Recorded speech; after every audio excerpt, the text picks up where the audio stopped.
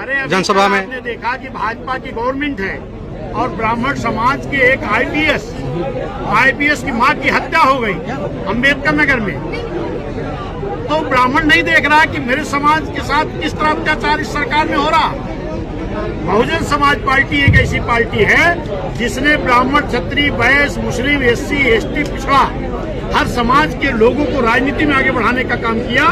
और जब तक सरकार थी किसी के साथ भी नाइंसाफी बहुजन समाज पार्टी की सरकार में नहीं हुई। समाजवादी की सरकार में भी मुजफ्फरनगर जैसे इतने बड़े दंगे हुए जहां 50,000 लोगों को बेघर होना पड़ा था और समाजवादी के लोग सफाई में बैठ करके डांस करा रहे थे। क्या लगता है ये क्या जनता नहीं देख रही है?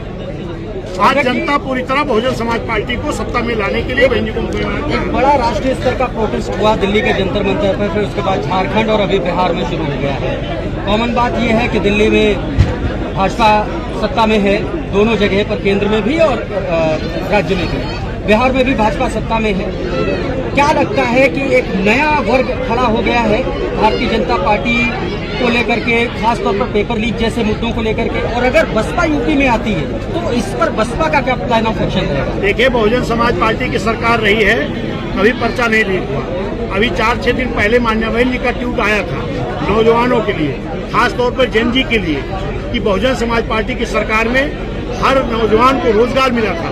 कोई भी नौजवान चाहता है कि अगर हम पढ़ लिख करके, शिक्षित होकर के, हमको अगर फुर्सत मिले तो हमें नौकरी मिलनी चाहिए, हमको रोजगार मिलना चाहिए। लेकिन यही भाजपा सरकार है जिसमें एसएससी की परीक्षा लीक हुई, नीट की परीक्षा लीक हुई, तमाम नौकरियों की जगह तो निकली, पर्चा लीक हुई। और इस पर जब हमारे राष्ट्रीय संयोजक माननीय आकाश आनंद जी 24 से इस बात को बोल रहे हैं, जब कोई दल नहीं बोलता था, ना तो छात्र बोलता था, ना नौजवान बोलता था, ना कांग्रेस भाजपा किसी दल के लोग बोलते थे, तब हमारे राष्ट्रीय संयोजक जी इसी सीतापुर में भी बोले थे कि इन पर्चा लीक वालों को क्या आपका मन नहीं करता कि जमीन में गाड़ दें?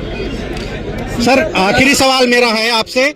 मिश्रिख विधानसभा में जो भी नेता हुआ है बीएसपी से गया है, चाहे वो अशोक रावत हो और चाहे रामकृष्ण भार्गव हो, पार्टी छोड़ देते हैं जीतने के बाद।